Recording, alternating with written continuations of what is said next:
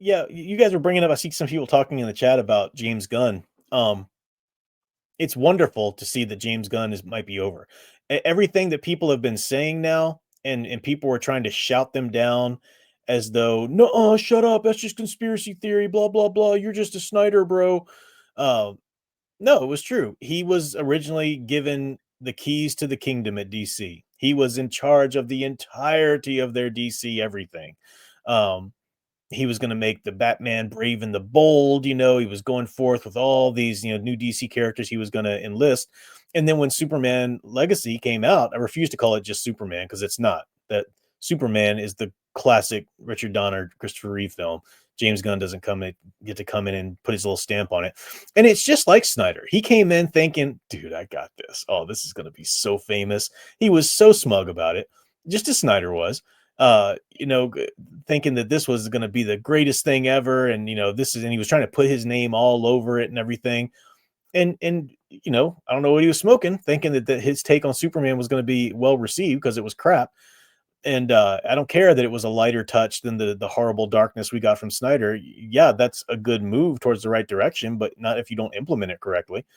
And so yeah, so after Superman Legacy ended up not doing as well, they tried to spin it as though it was doing huge again because they're looking towards selling one day, and they had to make sure that they puffed up and presented a good front, of like, yeah, everything we're doing is so popular now.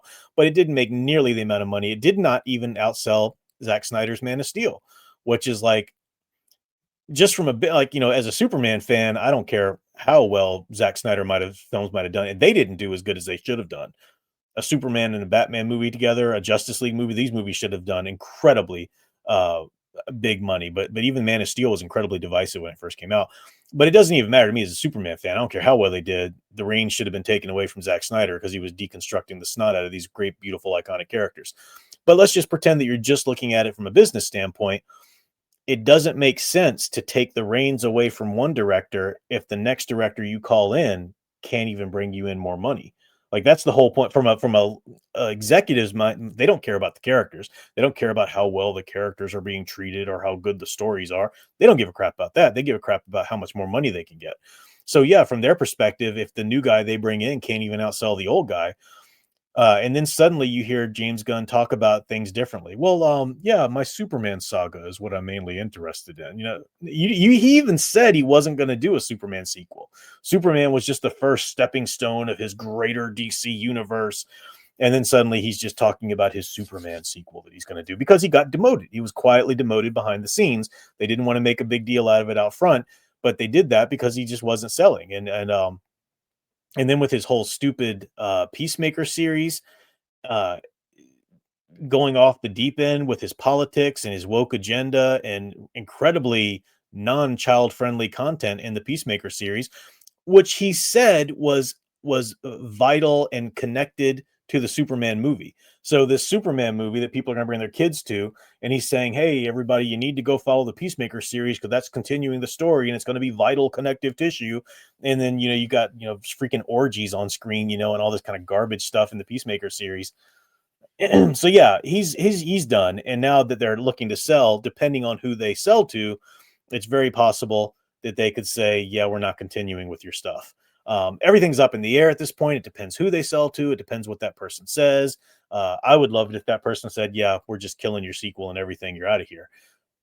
That might not happen. That's not how business people think because they're idiots and they don't care about the stories. But other people are kind of speculating. Zack Snyder could come back, guys. Zack Snyder could come back. Please, God, no. Zack Snyder has no business being around these characters. I don't care that you didn't get a good follow-up movie that kind of wrapped it all up. I don't care. You didn't deserve one because those characters were crap. Everything you did was garbage. He mistreated and deconstructed those characters in an awful way. So yeah, and of course he's going to front, and that's what he does. He kind of trolls on Twitter and gets his little vocal minority very activated and stuff like that. But that would be a tragedy if they brought him back to do anything with these characters. But it's great to see that maybe James Gunn will be booted.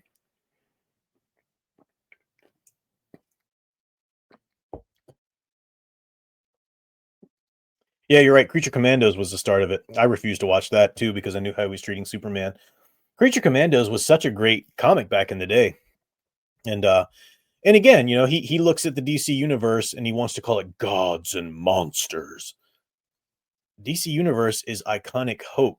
It's not gods and monsters. I mean, from a perspective, look, someone looking into the universe and doesn't really understand the characters. Yeah, that makes sense that they think that these characters are godlike in their powers and the villains are very monstrous or whatever. But then you actually listen to the stories or get to know the characters and read the comics and you realize, no, that's not the feel of these characters. That's not it at all. So yeah, good riddance to James Gunn. I can't wait until he's officially out of there. Um, so arrogant, and just the audacity to think you can come in. Why does Warner Brothers? And I will say this too: whoever Warner Brothers sells to, I hope they just stop making DC movies. I don't think they will. I think they'll see too much money in like another Batman, Matt Reeves film or whatever. But I hope DC movies just peter out and we don't get any more. And I mean that. I would be content if we never received another DC movie because I've just lost faith in anybody being able to do it well. Uh, there are individuals out there that I think could do a good job, but no one will give it to them. And at this point, would it even matter if the right people got behind one? Like the character's been so deconstructed and so driven into the ground that I just think his space and culture needs time to heal. I think we need at least 20 years or so to just get that probably more honestly to get that bad taste out of our mouth. I can't. I don't want any more DC movies. I don't care. People ask me, well, "What would you do if you were given the power? Like, who would you?" I would say, "I would kill it. I would say no more of that. Go make something new and original." you know. But yeah, that's me. um, Yeah, I agree, Kal. I know you're talking to Leia plus size here, but the fact that he said he had to find a way to relate to the character in order to make the movie, it says all you need to know about him exactly, and his attitude towards Superman. And then what was his way of relating to the character? By giving him this real conflict with his birth parents and all of that. And like I've said before, I've said it a million times, James Gunn has daddy issues, and he tries to put them into every movie he makes. Shut up, get over it. It's not your place to go mold a cultural icon, a popular, beloved, folkloric character of our culture. It's not your place to go mold him into what you think he should be. No, I don't want any auteurs touching a DC character. Um, you think about Richard Donner when he first got the job, and we can look back on Richard Donner now, his body of work, and yeah, he's an amazing artist. But even I don't even think you could still call Richard Donner an auteur because the auteur filmmaker has to put their fingerprints and their stamp and their signature clearly on everything. Like Nolan's an auteur filmmaker. He does one kind of movie, and it doesn't matter what the property is, he's going to make it the Nolan film. And if you like that, great. And if you don't, then you hate it.